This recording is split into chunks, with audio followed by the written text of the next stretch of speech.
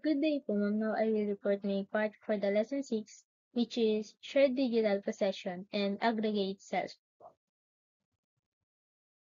Sa internet, lalo na sa social media at online communities, madalas tayo nag-share ng ating information, video, and pictures. Minsan wala po talagang tunay na may-ari dahil lahat tayo may access dito. Dahil dito nagkakaroon tayo ng sense of belongings kahit hindi natin kilala yung mga member personally. Dahil mas pinapahalagan dito sa digital world ang pagbabahagi ng media kaysa sa pagkakaroon ng isang may-ari lang. Kasi ang goal po dito is madaling ma-access ang information at makipag-communicate sa iba. So, in short po, sa online world, sharing is caring. Next po is shared sense of cyberspace.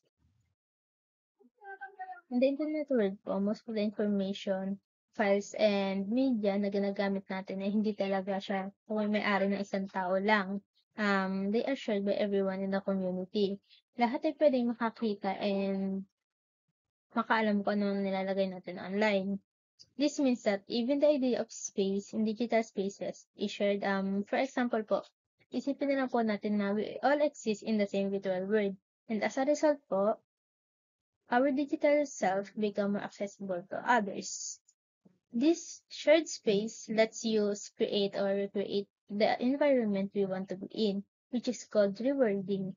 Basically, it means shaping the digital world to fit our needs or identities. Binabago po natin ang ating mga personalities depende po sa mga tao or users na nakakasalamuhan natin.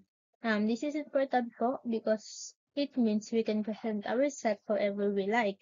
And we can even do this across different platforms, making ourselves more flexible and dynamic that the real world.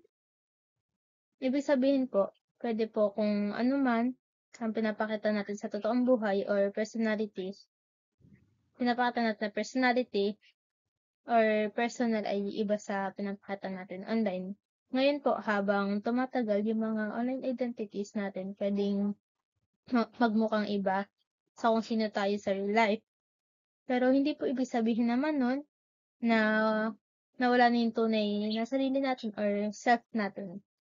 Sa halip po, yung tunay na self natin ay naa-adapt at lumalawak siya para mag-fit sa mga posibilidad ng digital world. So, parang summarize lang po. Yung mga identity natin online ay hinuhubog ng digital world, and in turn, yung digital world naman ay binabago kung paano natin nakikita at in-expose yung sarili natin.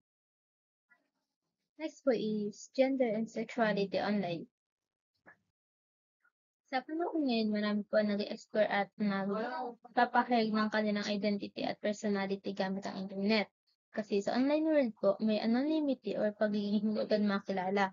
Kaya, mas madali para sa mga tao, lalo na po sa mga kabataan na mag-share ng personal na bagay na mahirap pag-usapan. Personal. Lalo na po sa ganitong topic.